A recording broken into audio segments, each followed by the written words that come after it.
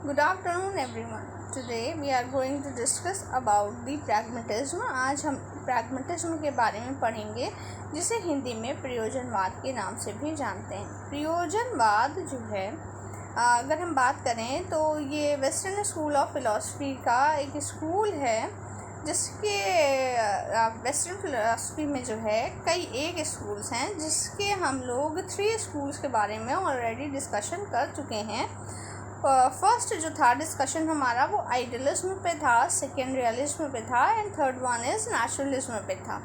आज जो हम ये डिस्कशन करने जा रहे हैं वो जो है वो प्रयोजनवाद यानी कि प्रैग्मेटिज्म पे है। As you seen in your screen, आप अपनी स्क्रीन पर देख पा रहे होंगे कि प्रयोजनवाद जो शब्द का अंग्रेज़ी जो रूपांतरण है वो है प्रैग्मेटिज्म।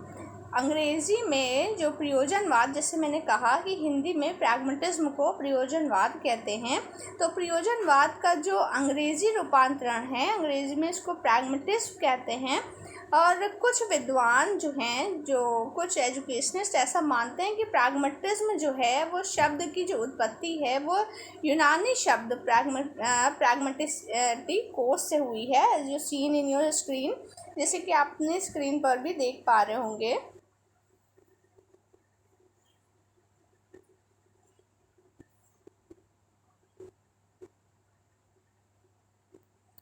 जिसका अर्थ होता है व्यवहारिक, ठीक है, प्रैक्टिकेबिलिटी, यानी कि जिसका अर्थ होता है व्यवहारिक, ठीक है, यानी कि जो व्यवहार में हो। अतः प्रयोजनवाद जो है व्यवहारवाद के नाम से भी जाना जाता है।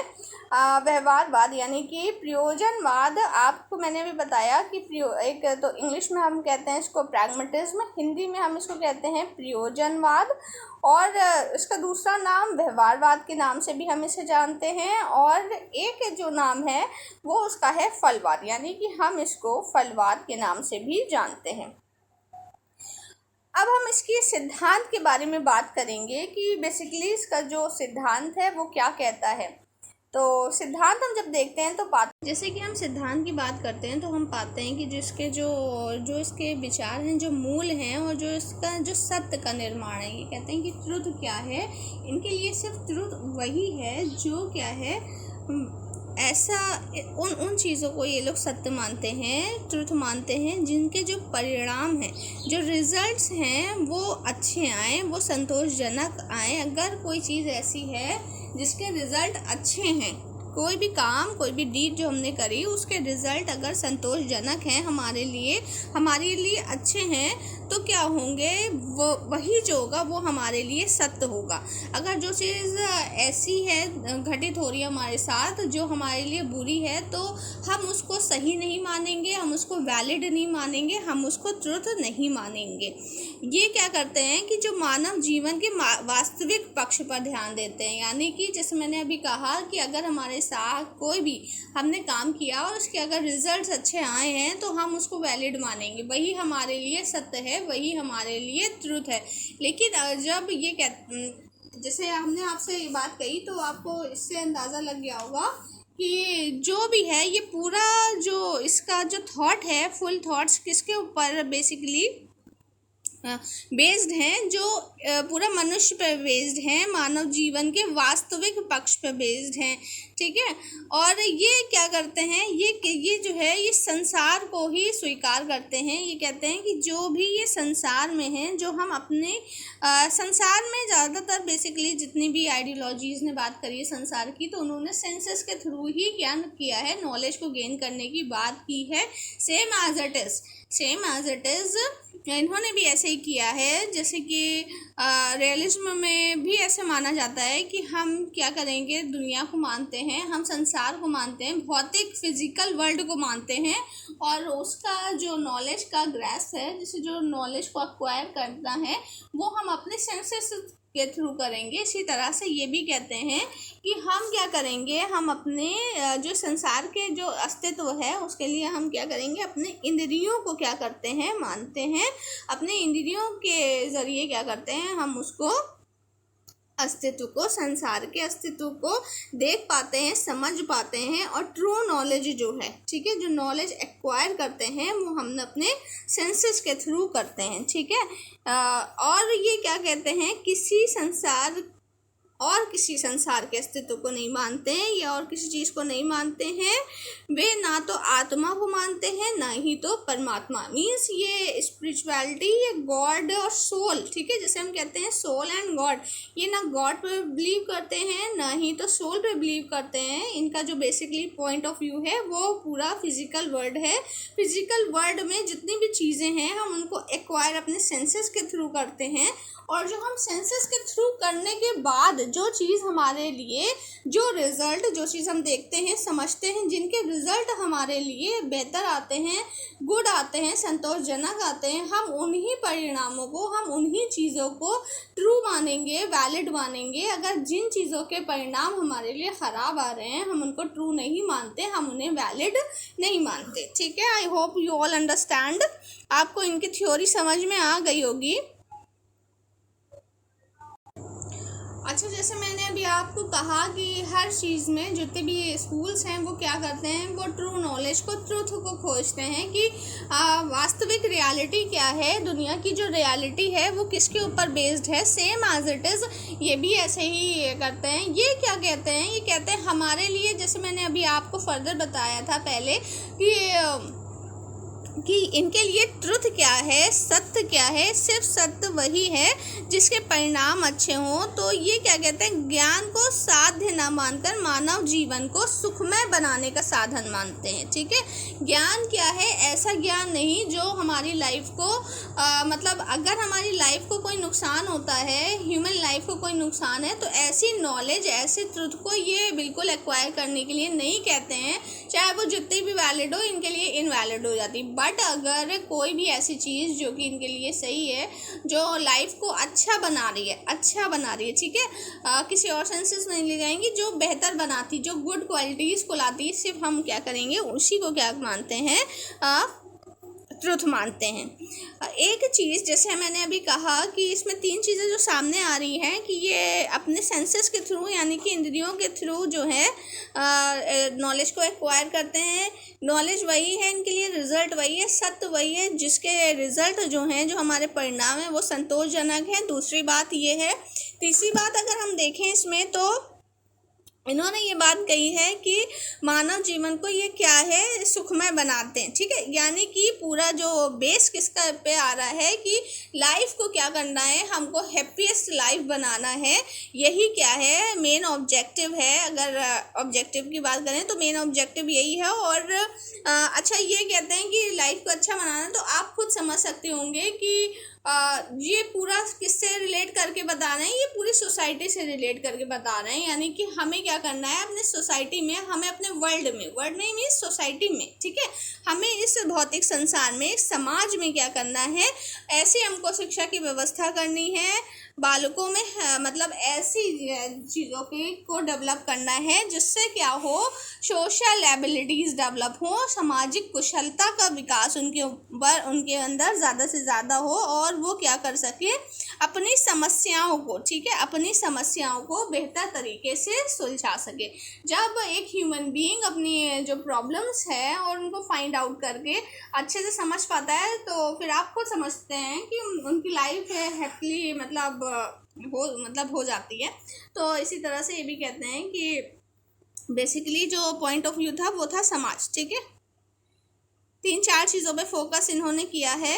फर्स्ट हो गया हमारा कि ये इंद्रियों पे बेस्ड नॉलेज की बात करते हैं, ये जो हमारे परिणाम हैं अगर जो सही होते हैं, वैलिड होते हैं, इनकी बात करते हैं। ये समाज को उपयोगी, यानी कि समाज, सोसाइटी से बेस्ड होकर बात करते हैं, सोसाइटी को अच्छा बनाने की बात करते हैं, और लाइफ को, ह्यूमन लाइफ को अच्छा बनाने की ये बात करते हैं। अगर हम इसके प्रोपोनेंट की बात करते हैं कि इसके समर्थक कौन कौन थे, तो इसके समर्थकों में आप देख पा रहे होंगे, इसमें C.B. पेयर्स हैं, ठीक है, पेयर्स लिखा है यहाँ पे, विलियम जेम्स, सिलर और जॉन डीवी, ये सब क्या हैं, द सपोर्टर ऑफ प्रैग्मेटिज्म, ये प्रयोजनवाद के समर्थक हैं, प्रयोजनवाद के क्या हैं, सपोर्टर हैं, ठीक है। नाम याद रखिएगा सब लोग। फर्स्ट नेम है C.B. Pairs, second one is William James, third है सिलर और फोर्थ है जॉन डीवी। नेक्स्ट अब हम देखते हैं इनकी थ्योरीज की बात करें तो पहली थ्योरी है इनकी, पहला सिद्धांत है सत्य की जो प्रकृति है, जो नेचर ऑफ ट्रूथ है वो क्या है, चेंजेबल है, परिवर्तनशील है। यानी कि ये कहते हैं कि ऐसा नहीं है कि अगर किसी चीज़ के कहीं पे मान लीजिए वर्ल्ड में अलग अलग कंट्रीज़ हैं या एक कंट्री में अलग अलग डिस्ट्रिक्ट हैं, तो ये कह रहे हैं कि ऐसा नहीं है कि एक चीज़ जिसके लिए सही है वो क्या हो दूसरे के लिए भी वही चीज़ सही हो। फॉर एग्ज़ाम्पल इन्होंने ये दिया है कि मान लीजिए जैसे वर्ल्ड में अलग अलग कंट्रीज़ हैं, तो हो सकता है बेसिकली कोई वो काम ना कर रहा हो, लेकिन जब देश काल परिस्थिति यानी कि जब सिचुएशंस बदलती हैं, जैसे जैसे सिचुएशन बदलती जाती हैं लाइफ की, तो क्या होते हैं, चेंजेस आते हैं। तो किसी एक चीज़ पर अडिग रहना, ये इस पर बिलीव नहीं करते हैं। ये कहते हैं कि हर जो चेंजेबल है, जो ट्रुथ है वो चेंजेबल है। हो सकता है कोई चीज़ किसी एक पर्टिकुलर रीजन में रहने वालों के लिए सही है, लेकिन वही जब चेंजेस आएंगे देश काल और ये सारे जब चेंजेस आते हैं, ठीक है, परिस्थितियों के सिचुएशन में जब चेंजेस आते हैं, तो हो सकता है कि दूसरे जो जगह है रीजन में रहने वालों के लिए वही चीज़ गलत हो जाए। तो इसलिए हम सत्य को उसमें नहीं मानते हैं, ये लोग नहीं मानते हैं। प्रैग्मेटिज्म ये कहते हैं कि जो ट्रुथ है वो परिवर्तनशील है, जो ट्रुथ है वो क्या है, बदलता रहता है। नेक्स्ट है इनका कि ये कहते हैं कि जो संसार की रचना हुई है, जो फॉर्मेशन ऑफ वर्ल्ड है वो क्या है, वो अलग अलग, मतलब एक तत्व से, जैसे लोग मानते हैं कि एक तत्व से संसार की रचना हुई, लेकिन ये कहते हैं कि अनेक तत्वों से मिल करके क्या हुई है, इस संसार की रचना हुई है।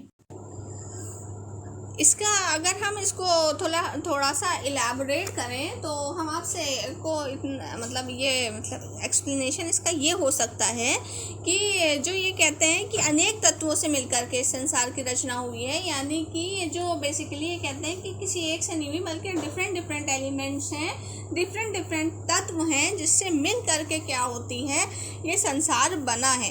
ये जब डिफरेंट जो एलिमेंट्स होते हैं वो आपस में क्या करते हैं, जब क्रिया करते हैं, उसके फलस्वरूप क्या होता है, संसार की रचना होती है। एक चीज़ ये और मानते हैं कि ये सब गतिशील हैं, सब चलते रहते हैं, तो चलने की वजह से ये प्रक्रिया जो है, ये प्रोसेस जो है वो हमेशा चलती रहती है। इसलिए हमेशा जो ये संसार है वो निर्माण की अवस्था में रहता है। ये हर वक्त क्या होता है, निर्माण की अवस्था में रहता है, उसका निर्माण होता रहता है। इन्होंने एक चीज़ पे बहुत फोकस किया है, इससे पहले में भी मैंने आपको बताया कि सामाजिक कुशलता पे, यानी कि व्यक्ति में क्या करना है, हमें सामाजिक कुशलता का विकास करना है, क्योंकि ये मानते हैं कि अगर मनुष्य जो है, अगर वर्ल्ड को मानते हैं, ये फिजिकल वर्ल्ड को मानते हैं, फिजिकल वर्ल्ड में होने वाले अच्छी चीज़ें जो मनुष्य को फ़ायदा पहुंचा रही हैं, उन्हीं चीज़ों को सत्य मानते हैं।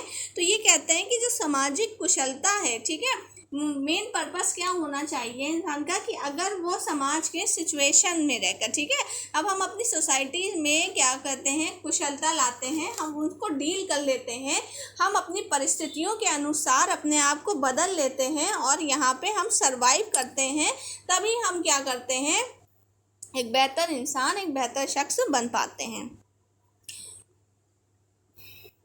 नेक्स्ट है सामाजिक जीवन पर बल, सेम एज इट इज, जो मैंने अभी आपको समझाया, किसी सार्वभौमिक सत्ता में विश्वास नहीं, यानी कि आपको मैंने अभी ये बात बताई है कि ये क्या करते हैं, किसी भी आत्मा या परमात्मा में विश्वास नहीं करते हैं। इनके लिए ये वर्ल्ड, ये संसार ही क्या है, मतलब इसी को प्रत्यक्ष मानते हैं, इसी को सत्य मानते हैं। इनके अनुसार यहाँ से परे जो है कोई भी आत्मा या परमात्मा, सोल या और गॉड नाम की कोई चीज़ नहीं है। अब हम लोग प्रयोजनवाद और शिक्षा के बारे में पढ़ेंगे कि प्रयोजनवाद और शिक्षा का क्या संबंध है। जैसे कि मैंने अभी आप लोगों को बताया है कि सामाजिक मूल्यों का विकास करना, सामाजिकता का विकास करना, और क्या करना है, जैसे कि अभी एक चीज़ और बताई थी इसकी थ्योरी में कि ये मानते हैं कि एलिमेंट्स चलते रहते हैं, गतिशील हैं, तो हर चीज़ ये मानते हैं कि गत्यात्मक है, गतिशील है। तो आप इस सब से जिस्ट निकाल सकते हैं। अगर हम अपनी जो हमने अभी जितनी भी चीज़ें पढ़ी हैं उनकी जिस्ट निकाल के उससे मैचअप करके इसको पढ़ते हैं तो हम देखते हैं, फर्स्ट हम देखते हैं कि ये कह रहे हैं कि शिक्षा दर्शन का क्या है, गत्यात्मक पक्ष है, और क्या है कि बालक जो होता है जन्म से ही क्रियाशील होता है, यानी वो कुछ ना कुछ करता रहता है। इसलिए ये कहते हैं कि जो हमारी शिक्षा है, ठीक है, जो हमारी शिक्षा है ये व्यवहार की बहुत बात करते हैं, व्यवहारिकता पर जोर देते हैं। तो व्यवहारिक रूप हमको क्या करना है, अपनी शिक्षा को क्या करना है, एजुकेशन को प्रैक्टिकल बनाना है, व्यवहारिक रूप प्रदान करना है। सेकंड है मानव कल्याण के लिए शिक्षा सामाजिकता पे बल दिया है, इससे पहले ही मैंने बताया। तो इसमें क्या है कि मानव का कल्याण हो, जो भी चीज़ें हमें करनी है उससे क्या होना चाहिए, वेलफेयर ऑफ ह्यूमन बीइंग यानी कि मानव का कल्याण होना चाहिए। ठीक, नेक्स्ट क्या है, बाल केंद्रित शिक्षा पर जोर दिया है, बुनियादी शिल्पों का महत्व है, सेम एज इट इज। जब हम व्यवसाय में लगेंगे तो क्या होगा, मानव जीवन सुखी होगा। सामाजिक जीवन के लिए शिक्षा, यानी कि शिक्षा जो ऐसी होनी चाहिए जो व्यक्ति को समाज में रहने योग्य बना सके।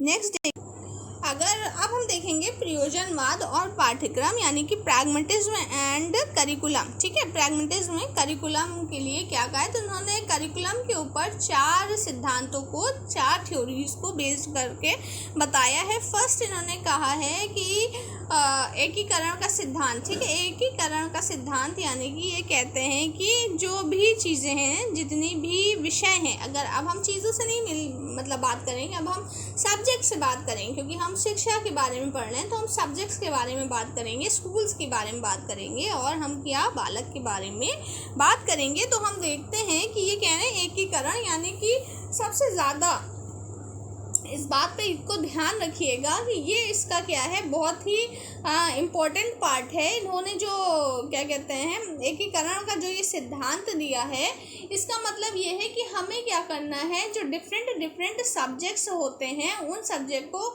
अलग अलग करके नहीं पढ़ना। फॉर एग्जांपल, जैसे कि हम लोग हिस्ट्री, सिविक्स, ज्योग्राफी जो है अलग अलग पहले पढ़ते थे, तो एकीकरण का सिद्धांत क्या कहता है, इसके अकॉर्डिंग हम क्या करना है, इन सबको मर्ज कर दीजिए, सोशल साइंस बन गई। ठीक, ऐसी से फॉर एग्जांपल जैसे कि हिस्ट्री, सिविक्स, जैसे कि फिजिक्स, केमिस्ट्री, बायो साइंस में मर्ज कर दी गई। ठीक है, तो एकीकरण के सिद्धांत को इन्होंने क्या किया है, विशेष बल दिया है। उपयोगिता के सिद्धांत, ऐसी चीज़ें पढ़ाई जाएं बच्चों को जो उनके लिए उपयोगी हो। अनुभव का सिद्धांत, जिससे वो कुछ सीख सकें, और क्या हो, बालक की रुचि का सिद्धांत। ठीक है, ऐसी बालक को शिक्षा देनी है जो उसकी रुचि के अनुसार हो।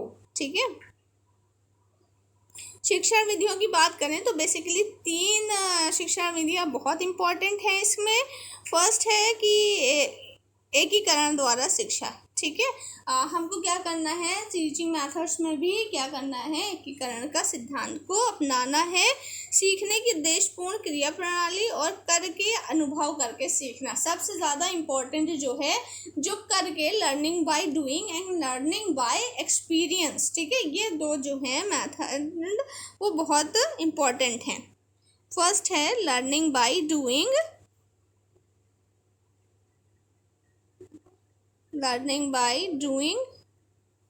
एंड सेकेंड वन इज अनुभव से सीखना, यानी कि एक्सपेरिमेंट्स। ठीक, एक्सपीरियंस। ठीक है,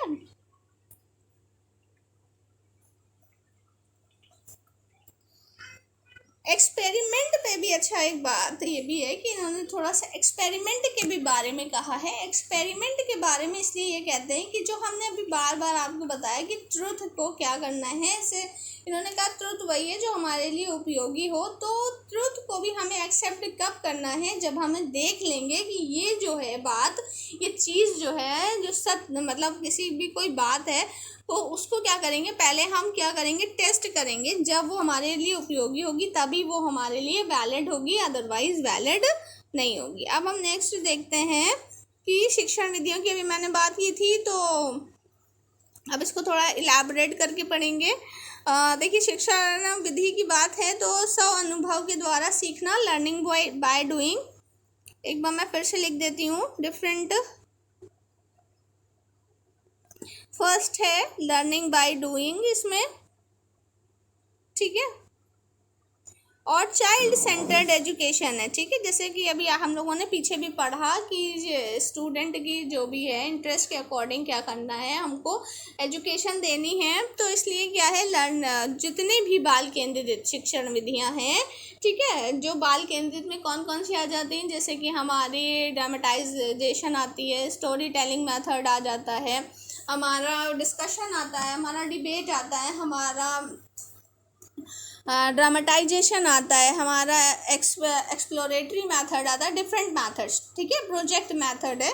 ये सारे मेथड्स जो हैं वो बाल केंद्रित शिक्षा पद्धति पे आधारित हैं। तो ये क्या कहते हैं कि जो भी हो, जितने भी मेथड्स जो यूज़ करे जाएंगे वो चाइल्ड सेंटर्ड मेथड होने चाहिए।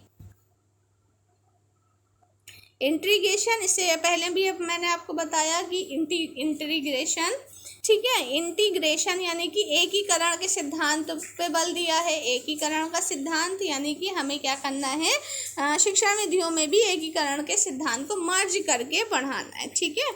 तो एकीकरण का सिद्धांत को याद भी रखिएगा, क्योंकि प्रैग्मेटिज्म में एकीकरण, ये अक्सर पूछा जाता है कि इंटीग्रेशन जो थ्योरी है, एकीकरण का जो सिद्धांत है वो किसने दिया है, विच स्कूल्स ऑफ फिलोसफी, किस मतलब स्कूल ने दिया है फिलोसफी के, तो प्रैग्मेटिज्म ने दिया है। और अगर इंडक्टिव और डिडक्टिव मेथड के बारे में पूछते हैं तो वो रियलिज्म ने दिए हैं। अगर लेक्चर मेथड की बात करते हैं तो आप लोग आइडियलिज्म बताएंगे। चलिए नेक्स्ट हम बात करेंगे अपनी कि शिक्षक के बारे में। व्यवहारवाद के अनुसार जो शिक्षक है वो बालकों का मित्र होगा, पथ प्रदर्शक होगा और सलाहकार के रूप में होगा, ठीक है।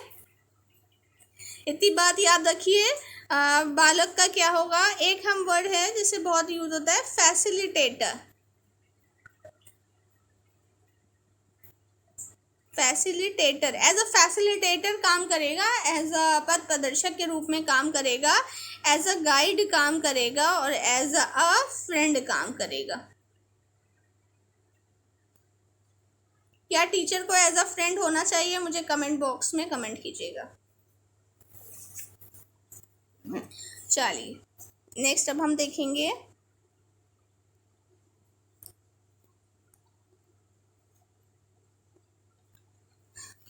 कि बालक की क्या है इसमें कि चाइल्ड, बालक के बारे में क्या कहा गया है। तो आप खुद जानते हैं कि चाइल्ड सेंटर्ड, ठीक है, चाइल्ड सेंटर्ड एजुकेशन की बात की गई है इसमें। तो क्या करना है, जो पूरी जो होल है, जो मेन रोल है, ठीक है, जो फर्स्ट पोजीशन है हम कहेंगे, वो सब क्या है, चाइल्ड पर है। जो जितना भी हमको क्या करना है, करिकुलम कंस्ट्रक्शन करना है, शिक्षण विधियों को बनाना है, चाहे हमको क्या करना है, कोई भी को करिकुलर एक्टिविटीज़ को ध्यान में रखना है, ये सारी चीज़ें जो हमें करनी है वो हमें अपने बालक के अनुसार करनी है। हमें अपने स्टूडेंट को सेंटर में रख करके और उसकी नीड्स के अकॉर्डिंग करनी है, ऐसे करनी है ताकि वो क्या हो, अपने लाइफ में बेस्ट हो सके, उसकी लाइफ स्मूथली गुजर सके, वो क्या हो, उसके लिए जो चीज़ अच्छी हो वो उसको क्या कर सके, उसकी जो लाइफ हो वो हैप्पी हो सके, ठीक है।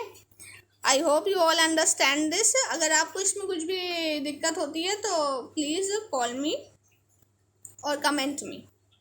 Okay, thank you, have a nice day.